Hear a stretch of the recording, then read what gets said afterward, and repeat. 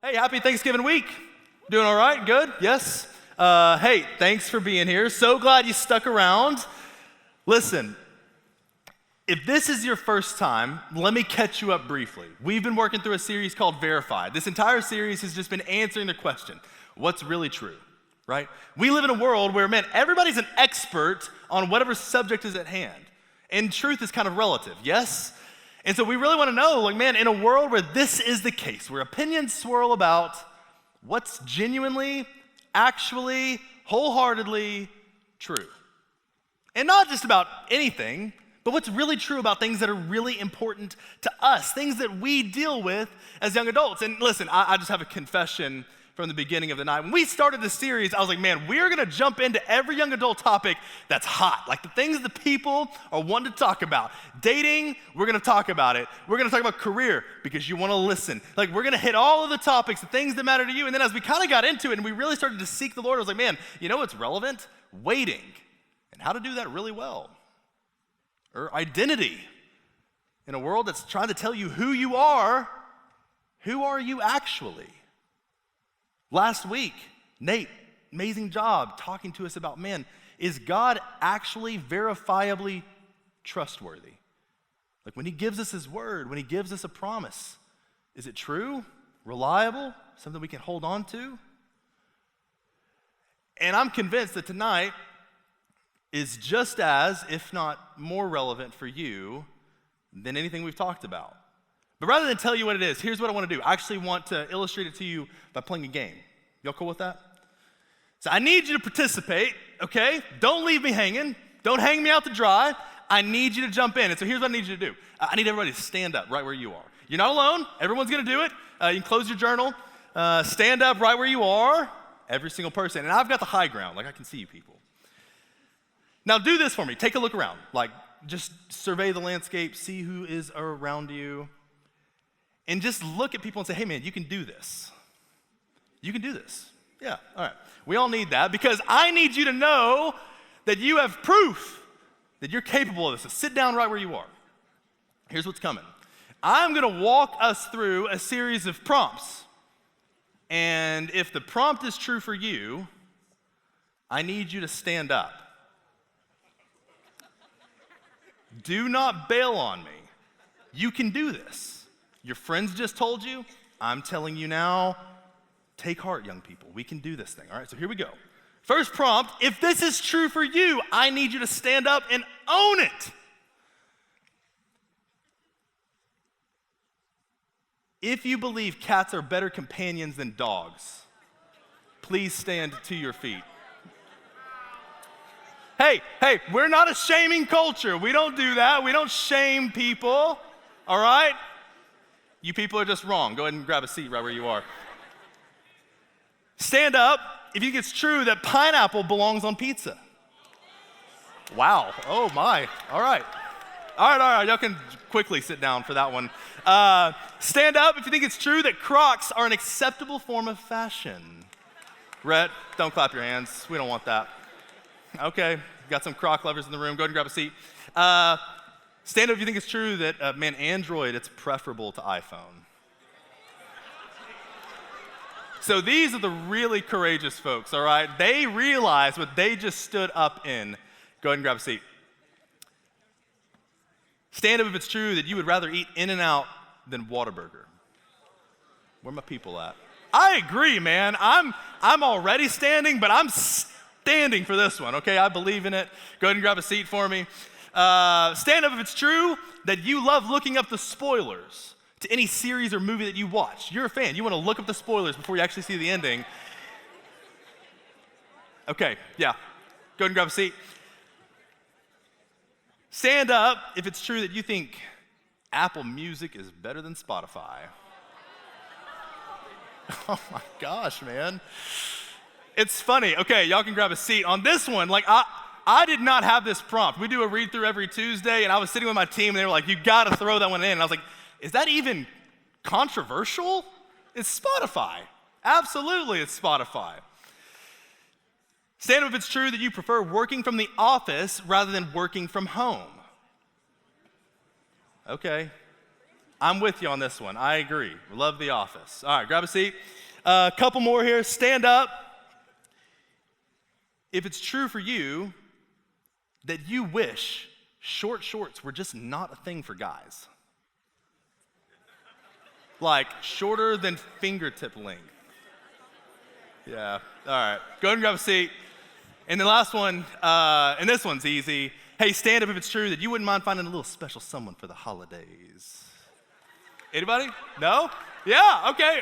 We got some applause. People like this. Take notice, my friends. Grab a seat.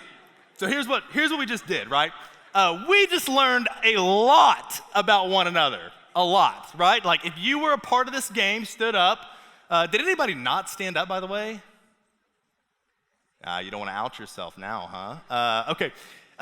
If you took inventory of the landscape of this room as we played that game, you just learned a lot about your peers. Like you were able to make judgments on them and understand, man, okay, where do I fall in the grand scheme of this space? You see, you were able to make an assessment of the people around you. And listen, you knew it. Like as we went into that game, knowing the nature of the rules, like, okay, I'm gonna learn some things about these people. And yet what's not quite as obvious is that more than likely you learned something about yourself as we played this game. How so? By way of comparison. You see, we subconsciously do this. That as people, they take a stand or they make a move for something, you're able to assess, man, okay, I see what they're about. How does that stand in contrast, in comparison to me with where I am right now? And this is easy. Like that was lighthearted and fun, and yet the reality is comparison in our lives, it is seldom lighthearted and fun. It's consequential. It comes and it bears a deep impact on the lives of each and every one of us. No one, without excuse, is free of the effect of comparison. And you may be asking yourself, how do you know that? Because studies show that 10% of natural human thought is tied to comparison in some form or another. So let me break it down to you like this. The average American, they live to 77 years old. I did the math. I'm not good. You can check me on it. But if the math stands correct, and the average American lives to 77-year-olds, then we each spend 42,157 and a half hours thinking thoughts that include comparison in some nature. To put that into perspective, that's just under 5 years of your life. 5 years of your life committed to this idea, to comparing yourself to other people, comparing yourself to other situations. 5 years. You think this is relevant for us? 1,000%. Absolutely it is. So it begs the question, what's really true about comparison? Like, we live in a world that not only finds comparison as meaningful, and it certainly does that, but it finds it lucrative. Like, look around society. The world is saying, man, we can commercialize comparison. Like, we'll carefully manicure people's social media feeds. We'll make sure that master classes are a thing that people can attend. Self-help books, yep, check. Let's put those out to the general public. Celebrity culture, absolutely. That's something that people are going to want to follow after. And the thing is, in the world where this is the case, it's quietly whispering to me and you that we're not enough as we are. It's telling us, hey, there's a deficit. Take stock of where you are, look at where you should be, and realize that you've got some work to do. This is the way in which comparison, it permeates our reality. So what's really true about it? That's what we're going to answer tonight. We're going to verify what's the actual truth about comparison. What does God have to say about it? And specifically, how can we overcome comparison in our own lives? And so if you have a Bible, you can pull it. Jillian read it for us just a minute ago. We're in John chapter 21. While you're turning there, let me fill you in a little bit on what's happening in this chapter. John chapter 21 is the last chapter in the Gospel of John. It's the final chapter, right? It's the conclusion. He's wrapping things up. And what we find is that at this point, Jesus, he's died the death we all deserve. He's risen from the grave. And now, before he ascends into heaven, he does a 40-day training with his disciples. Like he sits them down and he's like, hey, let me tell you everything you need to know as you go and you witness to my gospel. And then in this chapter, what we find is that he restores Peter back into good standing and right relationship with himself. You see, we're not going to go read it, but what Peter does in the hour of Jesus' own crucifixion is he denies Jesus not one, not twice, but 3 individual times. And so in this moment, Jesus shows up, he's resurrected, he takes Peter to the side, he restores Peter back into right standing, he reinstates him as a disciple, he gives him a commission, he says, hey man, you're going to be the guy that leads my church. And then this conversation happens. So we're going to pick it up in verse 18. This is what it says. John 21, starting in verse 18. It says, truly, truly, I say to you, when you were young, you used to dress yourself and walk wherever you wanted. But when you're old, you will stretch out your hands, and another will dress you and carry you where you do not want to go. This is Jesus speaking to Peter. This Jesus said to show what kind of death Peter was to glorify God. And after saying this, he said to him, follow me, follow me. So the first thing we need to learn about comparison tonight is that comparison, it feeds on fear. Comparison feeds on fear. Now, I know what you're thinking. Like, we just read 2 verses in this passage, Kylan, comparison's nowhere to be found. Like, where you just making this thing up? Hold your horses, like we're gonna get there. Verse 21 is where comparison actually comes into the story. But before we get to verse 21, we need to pick up the context of what's happening here, because this lays the groundwork for all of Peter's comparison, and it shows you and me what's underneath our own comparison. And so what is it? It's fear. That's what happens in this story. That's what Peter is experiencing in this moment. Like Jesus, he just reinstated him as a disciple. He just confirmed, hey, I've got great purpose for you. You have a job. You're going to lead my church, and then I'm going to prophesy your martyrdom. I'm going to tell you not just that you're going to die, I'm going to tell you how you're going to die. I don't care who you are. That would shake me up a little bit, right? Why would it especially shake Peter up? Because the exact description of the death that Peter is going to endure, it's the same death that he denied Jesus in his own moment of. Like this was when Jesus was being arrested and led to his own crucifixion, that was the worst moment in Peter's history, in his life. And now Jesus is saying, hey man, like you saw me crucified and it's now coming for you. What do you think his response is? Like, and we'll even give him the benefit of the doubt. Like, man, maybe he's not full of fear, but at the very least, he's got to be anxious, right? Like, this would fill any of us with some anxiety. I remember as a newly married man, my wife and I, we went on our honeymoon, and I saw the inevitable day upon which we would be leaving the all-inclusive and returning back to the States, and I would be expected to provide as a husband. I was full of anxiety. And that ain't got nothing on crucifixion, all right? Like Peter, he's definitely at least got some trepidation about all this. Like anxiety is a part of this experience.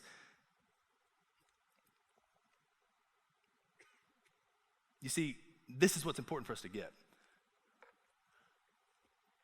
Like the fear that Peter feels in this moment, it's the kind of fear that comparison wants to latch onto, that comparison wants to take hold of. And it's not just fear of death. Comparison wants to grip into, it feeds off of any kind of fear. Fear of the future, fear of failure, fear of your personality and it not being enough for people. Like, man, am I witty enough? Am I funny enough? Am I actually cool enough for these people? Do you have a fear of that, a trepidation, anxiety about the way that you're hardwired? Is it a fear that, man, am I even dateable? Like, am I gonna be single the rest of my life no matter how badly I want a spouse? Is this just my reality? Is it a fear of your career? Like, man, I thought I'd be further along than I am right now. I'm stuck and I can't get unstuck. I've been doing the same thing for so long. God, I thought you called me to more than this. It doesn't matter what your fear is. Comparison, it feeds off of it. It's fuel for it.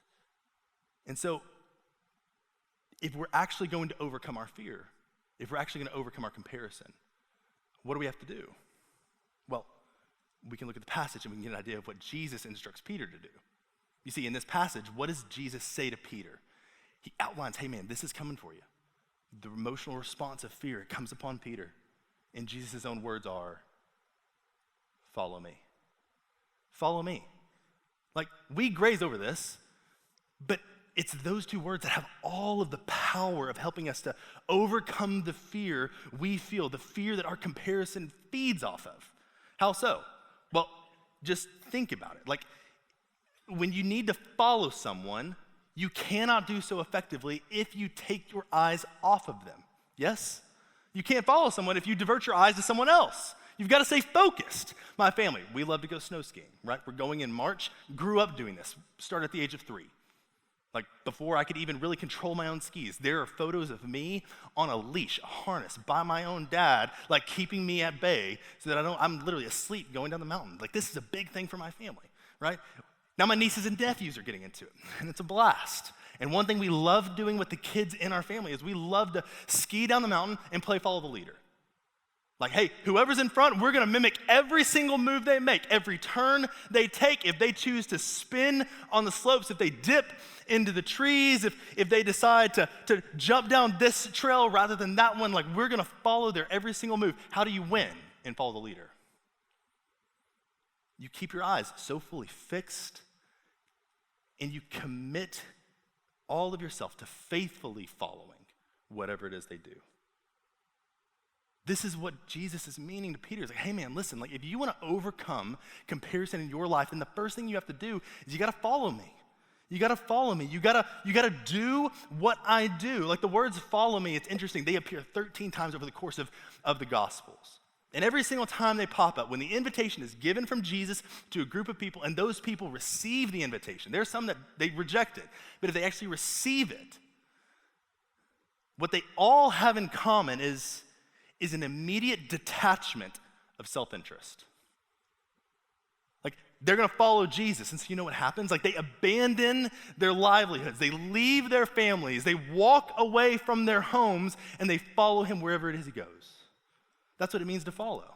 In the Gospels, as Jesus extends this invitation, it says, hey, when you come after me, you detach yourself from self-interest. Matthew 16, it says it like this. Then Jesus, he said to his disciples, if anyone would come after me, let him deny himself. Detach yourself from self-interest and take up his cross and follow me. Does that sound familiar? Take up your cross and follow me. Literally, Jesus just said this to Peter. He's like, hey, Peter, you're gonna have to take up a cross, literally, and I want you to follow me right now. But he doesn't stop there. He says, for whoever would save his life will lose it. But whoever loses his life for my sake will find it. You see, it's interesting. To follow Jesus, it is a true detachment of self-interest. And yet, if you know the nature of comparison, it is the opposite of that. Comparison would say that I'm going to attach myself to my self-interest. What do we do when we compare? Like, we see someone else, we assess ourselves in comparison against them.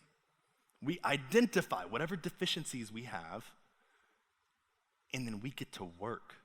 Like, we start to try to accumulate for ourselves so that we can measure up, so that way we can stand stacked well against whoever the object of our comparison is. Like, we try to accumulate followers on Instagram or matches on Hinge or promotions at work. It doesn't matter, but we try to accumulate as much as we can to fill up whatever void we have that keeps us from ultimately being comparable to other people. And yet, here's the thing. If you think about what Jesus just said in Matthew 16, like, man, if you're trying to save your life, what's going to happen? You're going to lose it. You're going to lose it. You see, to play the game of comparison is to play a losing game. It's to play a losing game. Like, think about what Jesus says here. He says, hey, man, like, follow me.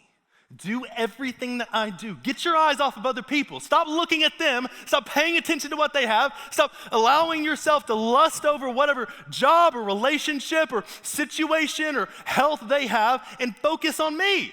Like, come with me. Follow me where I'm going. Because where I'm going, life is found. But where they are, you will not find it. And so, Metro, the question on the table for us tonight is, who are you following? Who are you following? If we want to overcome comparison, this is the first step. We have to stop being fearful, and we have to start being faithful. And I say that, and for my Christians in the room, you're like, faith over fear, heard that, check, like, got it. Super Baptist-y, a little bit of alliteration, way to tie that one together. It is true. Man, like, be faithful and not fearful as you follow Jesus. Faithful to do whatever he wants you to do. Faithful to say whatever he wants you to say. Faithful to follow him wherever it is he's going, wherever he is leading you and taking you along. Go! Because he gets our yes. We follow him. And that's the first step to overcoming comparison. The second is in verses 20 and 21. So let's read it. It says, Peter, he turned, and he saw the disciple whom Jesus loved following them, the one who also had leaned back against him during the supper and had said, Lord, who is it that is going to betray you? Who is that? Who's that referencing? Anybody? John, right? Talking about John. Like, hey, John's the one talking. He's like, hey, Jesus, I'm the disciple whom you love. I was the one that leaned back against you at the Lord, and I asked you this question. And so Peter's turned around, and he's looking at John in this moment, and Peter saw him, and he says to Jesus, Lord, what about this man? What about this guy? You see, the second thing that we learned about comparison is that comparison, it turns friends into rivals. Comparison turns friends into rivals. Like, I love this. It's like classic Peter fashion. We're not even one verse from the point at which Jesus is like, hey, Peter, follow me, that Peter turns around and goes the other direction. Like, Jesus is going this way, and he's like, perfect, let's go. And he takes 2 steps, and Peter's like, let's go. Wait, what about this guy? He turns around. Like, why? Why does he turn around? Why does he cease to follow Jesus? Comparison. Comparison. Here it is. Like, this is the case in point from this passage of comparison. Peter, he is more interested in what Jesus is calling John to do than what Jesus is calling him to do. Like, Jesus, I know what you want to do with my life, but what about that guy? How do things end up for him? You see, we can laugh at this. I laughed at this. I was like, God, Peter, come on, man. And yet we do this all the time. Like, we are far more interested in God's plan for other people than oftentimes we are interested in God's plan for ourselves. And if you don't believe me, like, just look to our social media sleuths in the room. Like, we've got some people here, right, that on social, dude, how did that guy get that girl? When did that relationship start? Oh, got it. Like, they will sleuth their way into answers. Or, dude, like, when did that girl become friends with that person? Like, that influencer. I admire them so much. Like, let me figure it out. Like, that is his characteristic, right? Oh my gosh, like, they're hanging out with that group of people. Like, I've always wanted to be a part of that crew. How did that happen? They're connected to those people of significant influence. You see, if you've ever done a deep social media stalk, then you know, man, like, we're more interested in what's happening in the lives of other people than what's happening in our own life. This is the way that we're hardwired. Like, we would rather follow God's plan for other people's lives than even our own. Why is that? Well, according to social comparison theory, which is it's this theory of how we compare against other people. That's all it is. But according to social comparison theory, there's 2 reasons. The first reason is we compare ourselves to other people. We are infatuated with other people's lives because we want to feel better about ourselves. So we look at them. We want to feel better about ourselves. That's the first reason, which means this, that we are emotionally unhappy. That, man, I'm not happy where I am, and I want to feel better. And so I'm going to look at them to try to stimulate my well-being, my emotional well-being. And the second reason is because we want to motivate ourselves to improve, which is another form of unhappiness. It's circumstantial unhappiness. You see, one is because we're emotionally unhappy, the other is because we're circumstantially unhappy. So what do they have in common? This, and I want you to catch it, that all comparison with other people, it is rooted in a discontentment with ourselves. All comparison with other people, it is rooted in a discontentment with ourselves. Like, we're not happy with where we are, and so we would rather see where they are instead. We would rather pay all of our attention and focus our efforts where they are instead. This is how it works. Like comparison, it's like a fire, right? And discontentment, it is the fuel upon which that fire burns. The more discontentment you have, the greater the fire grows. Until the point that, man, like, it's not just gonna burn you up, it's gonna burn up others. You see, it's interesting. James 4, he talks about this idea of coveting, which is really just comparison evolved. And this is what it says.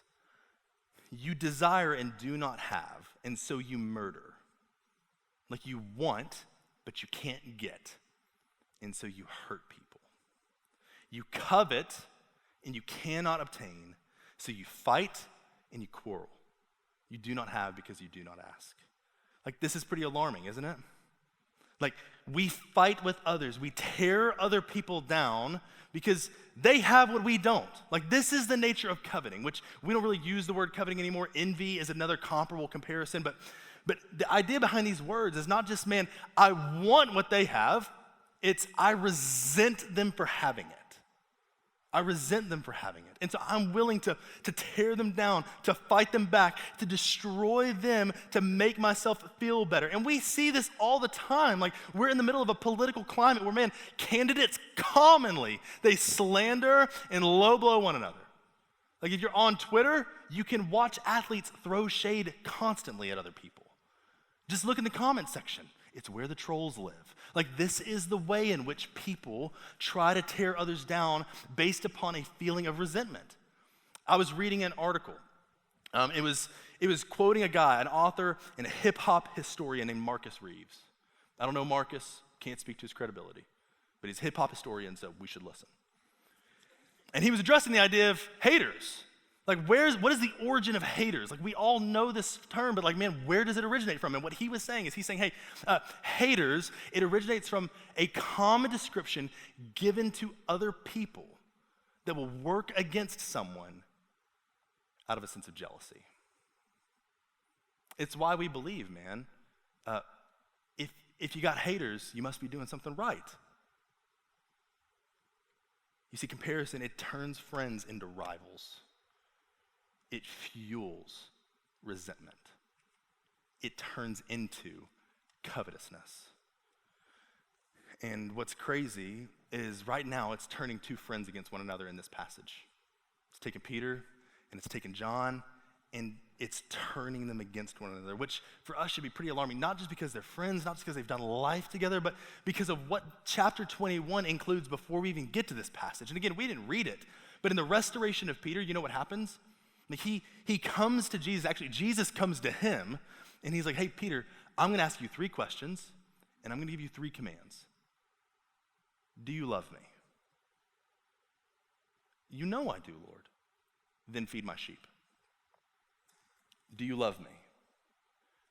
Lord, you know that I love you. Then feed my lambs. Peter, do you love me? Grieved. Lord, you know everything. You know that I love you. Then feed my sheep. What's the whole premise behind that restoration? What's happening in that moment? What's enclosed in that dialogue? That if you claim to be a follower of Jesus, I'm speaking to the believers in the room, then you love God, and the natural outflow of your love for God is a love for other people. It does not make sense then to entertain situations of comparison, because comparison, it turns friends into rivals. It boils down to a place at which we tear people apart to get whatever we want. The Apostle Paul, he talks about the marks of a true Christian in Romans 12, and we'll put this on the screen. It starts in verse 15. He says, hey, rejoice with those who rejoice. If you're a Christian, rejoice with those who rejoice. Weep with those who weep. Live in harmony with one another. Do not be haughty, but associate with the lowly. Never be wise in your own sight. Repay no one evil for evil, but give thought, like consider what is honorable in the sight of all. Like, do what's honorable. That's what he's saying, man. If you follow Jesus, then you love God and you love others. And so you do what's honorable. You celebrate with those who celebrate. Like, I don't know about you, I've had seasons in my life where I envy someone to the point that, man, when misfortune falls upon them, I delight in it. Like, let's go, man. That makes me feel good about me and my situation. That is wicked. Does anybody resonate with that? Have you been there? Like, that is a true sign of comparison that has evolved into covetousness. No, we celebrate with those who celebrate. Like, when something goes good for someone, man, we're right there and we're like, let's go, baby, like, let's get it. That's our perspective. For those that hurt, man, we're right there with them. Like, we'll stay as long as we have to. Because we do what's honorable. We love God, and so we love other people. We as Christians, we do not willingly tolerate comparison. And let me say that, because I know I have believers in the room, and I need you to catch that. Believers do not willingly tolerate comparison. They do not indulge in it in their own lives because we know what happens from it. It hurts people. It hurts you. And so we got to get serious about dealing with it. Serious about dealing with it. Like some of us tonight, because we struggle with comparison and it spins us up to have a disdain towards other people, we need to delete social media. Like, not just cancel it, but like, man, delete it off your device. Get it off of your, get it out of your house. Get it as far away from you as you possibly can. You got to get rid of it. Others of you struggle with comparison, so you need to slash your shopping budget. You need to cut it in half. You need to cut it completely. You don't need to buy name brands. You need to go to TJ Maxx, okay? Like, you need to shop and get something that, man, it doesn't build your rep, but it promotes humility. Others of you, like, and listen, I'm going to say this, and you need to know this is me. You need to stop replaying conversations over and over and over again in your mind. Like, you need to stop, like, worrying what people think. Like, man, did I say something that was stupid? Like, was that funny or did that fall flat? You got to stop replaying that stuff. You've got to trust the Lord and just move on, man. Like, you got to get going. Comparison, it turns friends into rivals. Last point, and we'll be quick. Pick it up in verse 21. We'll start over here. Verse 21 says, when Peter saw him, talking about John, he said to Jesus, hey, Lord, what about him? What's happening to him? And Jesus said to him, if it's my will that he remain until I come, what is that to you? You follow me.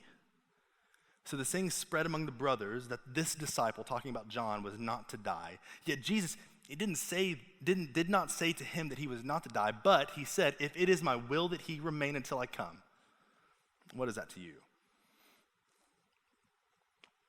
The third and final point that we have tonight about comparison is that comparison will rob you of joy. Comparison will rob you of joy. Now, we've heard this before.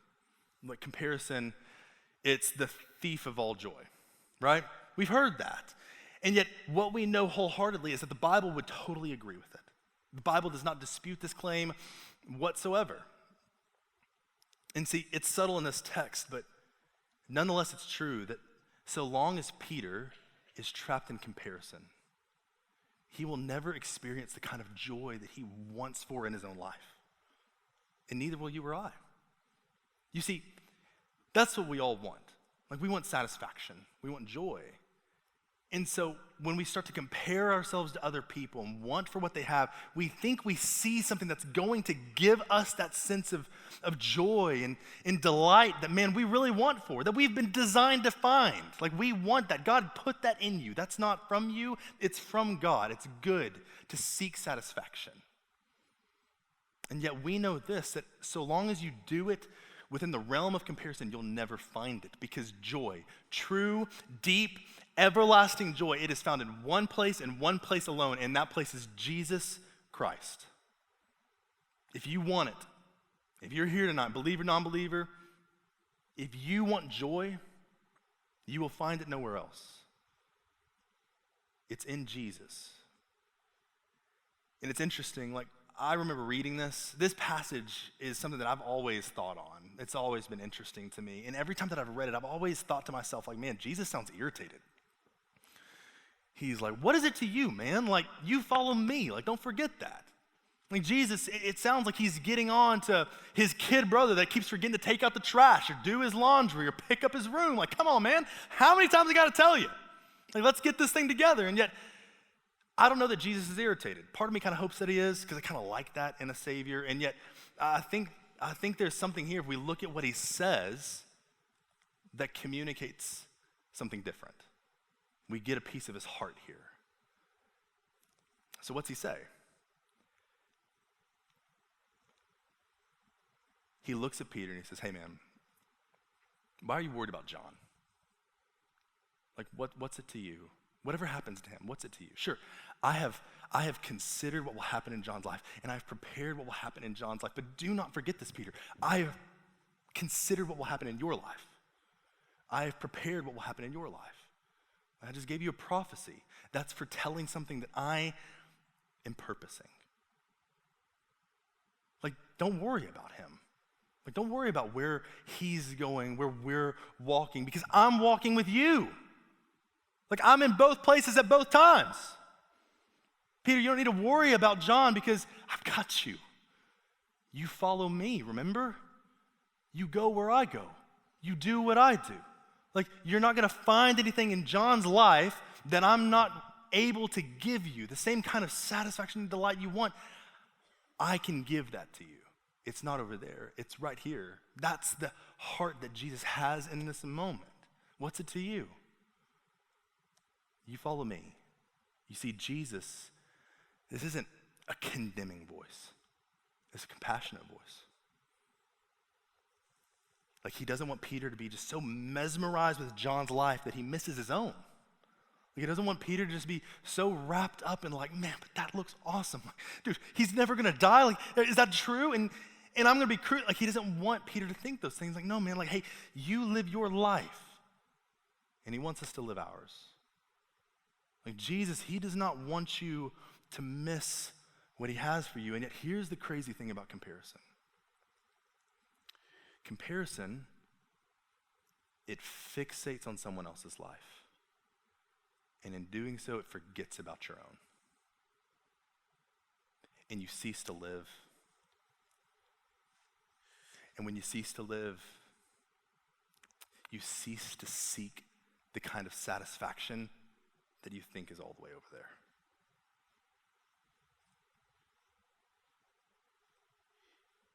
As I was thinking about how to kind of wrap this up in an illustration, it's kind of like what happens in The Greatest Showman. Y'all remember that movie? Like, what happens in that movie? You got this guy, P.T. Barnum, and all he wants is to be accepted by those people, by the upper class. And so, man, like, he does everything he can. He finesses his way into those circles. And yet what happens is his whole life, like, it hits rock bottom. Like, everything, the bottom falls out. He comes to ruin. And at the end of the movie, like, after he's forgotten about where he came from and he's found his way to where he wants, but those things have since dissipated and he is all alone. Like, he sits in the ruins of his circus, surrounded by the company of who? The people that had been there all along, that had accepted him from the beginning. The life that he wanted nothing to do with, that he wanted to leave behind. It was that life that ultimately returned to him the joy that he had wanted for. You see, when we're ensnared by comparison, we are enslaved to dissatisfaction. Like, when you're ensnared, when you're trapped in comparison, you are enslaved to dissatisfaction. You'll never find it. And yet we know, man, like, comparison, it is not the source of joy. Jesus Christ is. And the Bible's clear about it. Like Psalm 16:11, very familiar passage. It says, you make known to me the path of life. In your presence, God, is fullness of joy.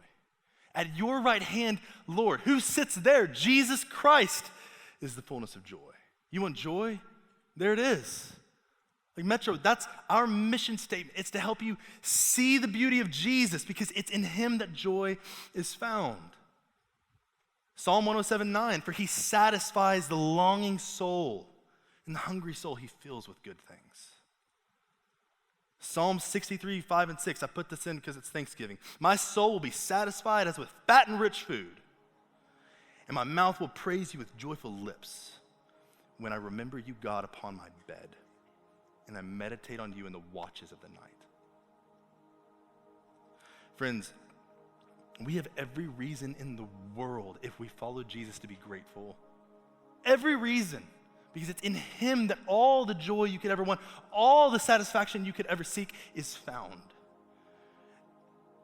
And let me just, though, speak to a group of you. Because there are some people in the room right now that are like, Kylan, I know this. And I have tried. Like, I know that joy is not anywhere else. It's in Jesus. And I've tried to be grateful. I'm committing myself to it.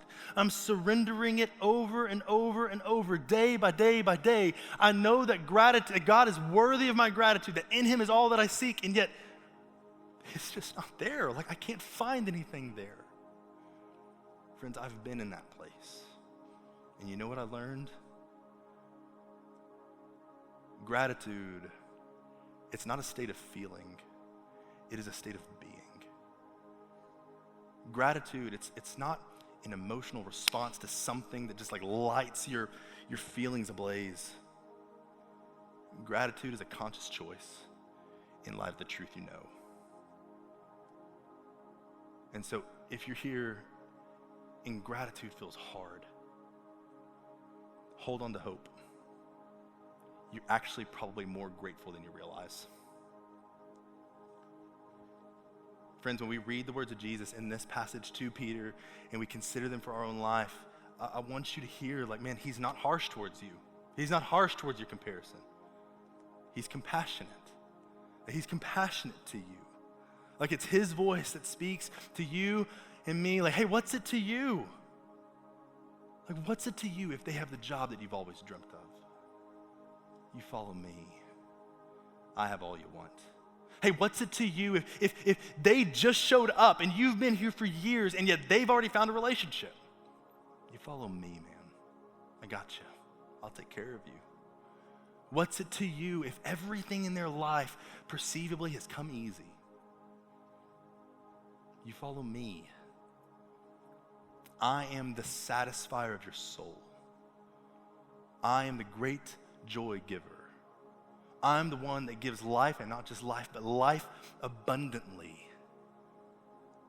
You will find in me all you could ever see. Comparison, man, it will rob you of joy. But compassion, it stands ready to offer it without end. So in closing, how do we know that? How can we be certain? How do we know that, man, that compassion, the compassion of Christ is going to give us everything we want? We know it because when God should have reached down upon us with fistfuls of condemnation, he didn't. But he reached towards us with arms of compassion. You see, in a world that was selfish and proud, he sent his only son to be selfless and humble. And in being perfect in his life, standing against the record of the law, he was able to rise to the occasion. He was able to measure up where we could not. He could stand in comparison and pass the test. But he didn't just pass it for himself, he passed it for you and me. He lived the life we couldn't. And yet he didn't just do that. He came deserving to be hailed and honored as a king. And yet you know what he did? He was demeaned and criminalized upon a cross. And he died a death that we deserve, that was form fit for all of the consequence of our sin. And yet he took it upon himself. He bore the weight of our sin. And it killed him. And yet being who he is, he rose from the grave. He resurrected in 3 days, and in doing so, he proved, man, I've fulfilled the righteous requirement of the law. What you could not do, I have done. I have defeated sin and death. I have pushed it back. It has no hold on you any longer. And now I rise into glory, and any that would place their faith in me, you can come with me now where I am. Not that you'll come to heaven in this moment, but heaven will come to you. And you can live like all of this is true because it is. You see, friends, where comparison feeds on fear,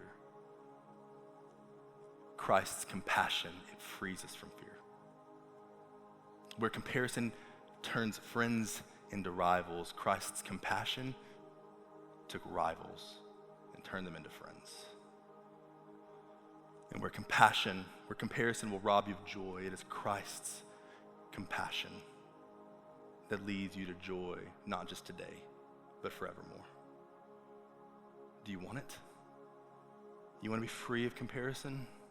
Do you want to overcome that great obstacle? You need look no further than Jesus, for he has already overcome it for you. Let me pray for us. Father, we love you. We're grateful for this time, grateful, God, to sit in your word. Thankful, Lord, to have a message that just speaks, man, like just meets us where we are and resonates, God, in the deepest parts of our soul. Not, God, because of its delivery, but because, God, of your Spirit. And so, God, I just pray to you on behalf of my friends here, Lord, would you work in this moment? Would you set free those that need freedom, God? Would you help those, God, to find the joy that only you can give? Would you attune those, God, here tonight that need to hear the words of your Son saying, follow me. Follow me. Maybe you don't know Jesus and you're hearing that for the first time tonight, that he wasn't just a good man, not just a profitable teacher, but man, he is the Son of God come to seek and save the lost and save us from our sins. If you want to place your faith in him tonight, it's upon his invitation to follow him that you can simply say, yes, Lord, I want to go with you wherever it is you go. And to others of us, man, we just need to accept the fact that there's no better place for us in life than right where God has us. Where you are is God's best for you right now. And where you will go, he will lead you himself. You can trust him. We love you, God. We know you're reaching out to us in this moment. And so, God, we reach in return to receive all you have to give. It's in Jesus' name we pray. Amen.